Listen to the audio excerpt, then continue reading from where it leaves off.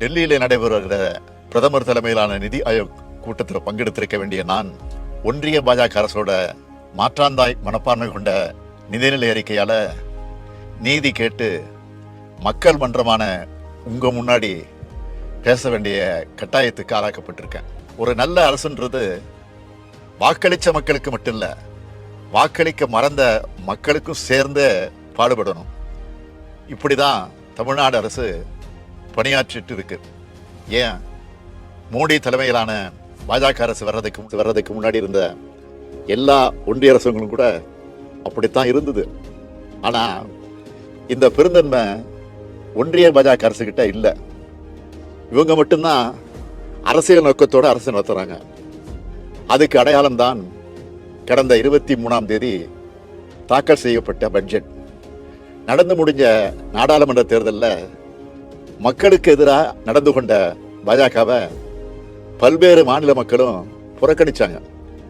அப்படி புறக்கணிச்ச மாநிலங்களில் அந்த மாநில மக்களை பழிவாங்கிற பட்ஜெட்டாக தான் ஒன்றிய நிதியமைச்சர் தாக்கல் செஞ்சிருக்க பட்ஜெட் அமைஞ்சிருக்கு. ஒட்டுமொத்த இந்திய மக்களுக்காகவும் உருவாக்க வேண்டிய பட்ஜெட்டை இந்தியா கூட்டணிக்கு வாக்களிச்ச மக்களை பழிவாங்க உருவாக்கி இருக்கார்.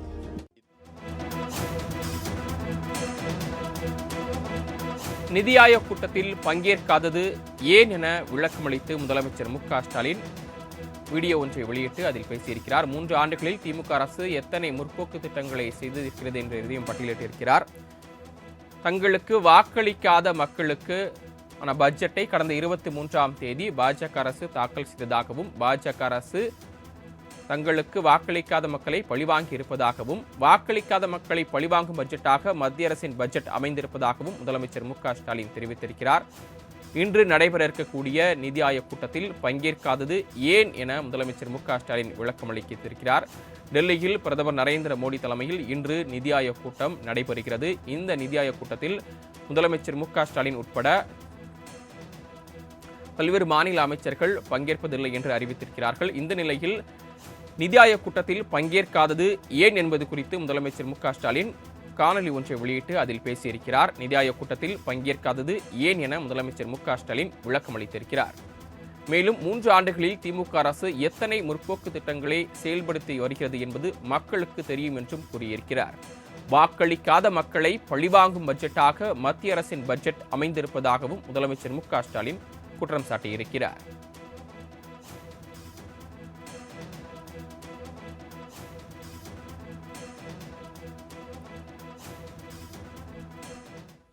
தொடர்ச்சியா தமிழ்நாட்டை புறக்கணிச்சுக்கிட்டே வருது.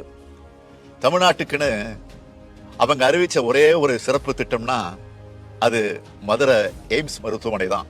ஆனா அதுவும் 10 ஆண்டுகளாகியும் என்ன நிலைமையில இருக்குன்னு உங்களுக்கு நல்லா தெரியும். தமிழ்நாட்டுக்குன்னு எந்த சிறப்பு திட்டத்தையும் கொடுக்காம தமிழ்நாட்டு மக்கள் பாஜகவுக்கு வாக்களிக்கணும்னு எப்படித்தான் எதிர்பார்க்கிறாங்களோ தெரியல.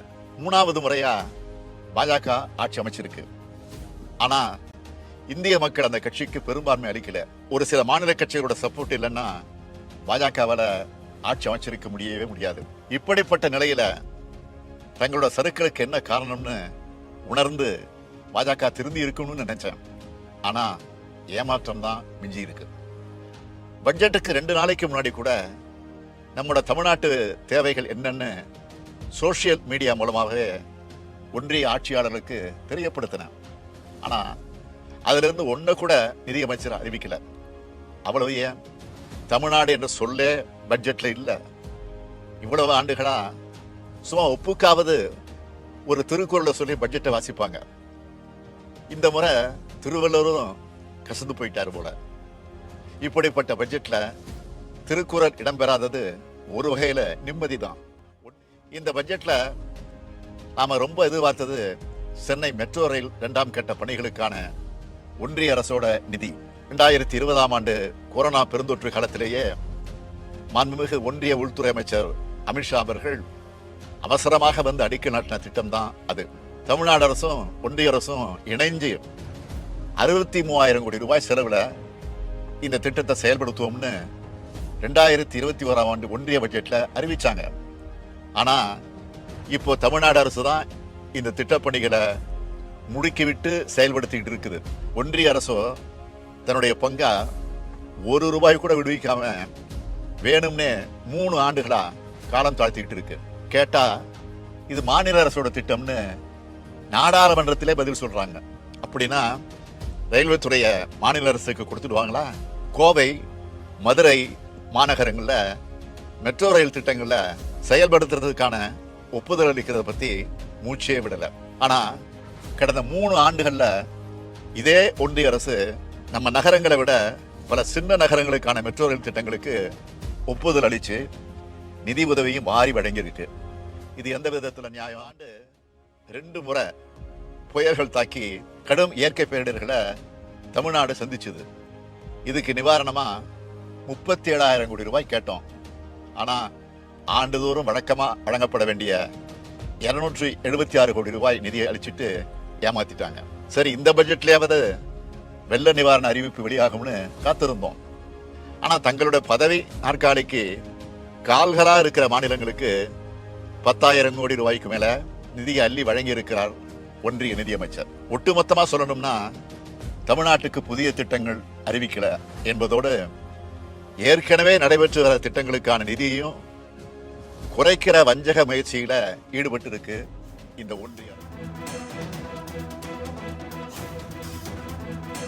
தமிழ்நாட்டை மத்திய பாஜக அரசு தொடர்ந்து பழிவாங்கி வருவதாகவும், தமிழ்நாட்டிற்கு எந்த ஒரு புதிய திட்டங்களையும் அறிவிக்காமல் பாஜக அரசு செயல்படுவதாகவும், மேலும் திட்டங்களை அறிவிக்காமல் வெறும் வாக்குகளை மட்டும் தமிழ்நாட்டிடமிருந்து எதிர்பார்ப்பதாகவும் முதலமைச்சர் மு.க. ஸ்டாலின் குற்றம் சாட்டியிருக்கிறார். மத்திய பாஜக அரசு தொடர்ந்து மக்களை புறக்கணித்து வருவதாகவும், குறிப்பாக தமிழ்நாட்டு மக்களை பாஜக அரசு புறக்கணித்து வருவதாகவும் முதலமைச்சர் மு.க. ஸ்டாலின் குற்றம் சாட்டியிருக்கிறார்.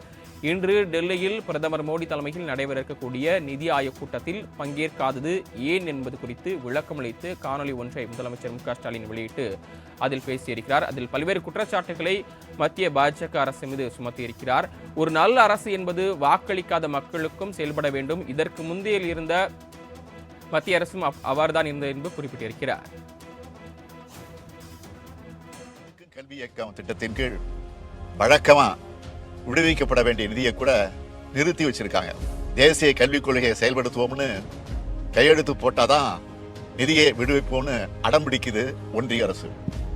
மாணவ மாணவிகளோட கல்வி பாழாகுமே, அவங்களுக்கு கல்வி கற்பிக்கும் ஆசிரியர்களுக்கு ஊதியம் வழங்க முடியாத நிலை வருமேன்னு ஒரு துளி கவலை கூட இல்லாம தங்களோட கொள்கை திணிப்பையும் இந்தி திணிப்பை மட்டுமே முன்னிறுத்தக்கூடியதான் பாஜக அரசு இருக்கு. கடந்த 10 ஆண்டுகளா வருமான வரி சலுகை இன்றி தவிச்சிட்டு இருக்க நடுத்தர குடும்பங்களுக்கு வெறும் 17,500 ரூபாய் சலுகை மட்டும் வழங்கி அந்த சலுகையும் பெரும்பான்மையோருக்கு கிடைக்காம செஞ்சுட்டு பெரும் வரி சலுகை கொடுத்ததா மார்த்தட்டிக்குது இந்த ஒன்றிய அரசு. இது தமிழ்நாட்டை பழிவாங்குகிற பட்ஜெட் மட்டுமல்ல, ஒட்டுமொத்த இந்திய நாட்டு மக்களையே பழிவாங்குகிற பட்ஜெட். சுயநலத்துக்காக நாற்காலியை காப்பாத்திக்க போட்டுக்கொண்ட பட்ஜெட் இது. ஒன்றிய அரசுக்கு தமிழ்நாட்டு மக்களின் குரலா, ஏன் இந்திய நாட்டு மக்களின் குரலா ஒன்னு சொல்றேன்.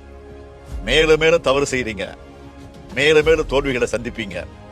இந்திய நாடாளுமன்றத்தோட இரு அவைகளும் கொந்தளிக்கிற மாதிரி இந்திய மக்களோட மனங்களும் கொந்தளிப்புல இருக்கு. இதுக்கு பாஜக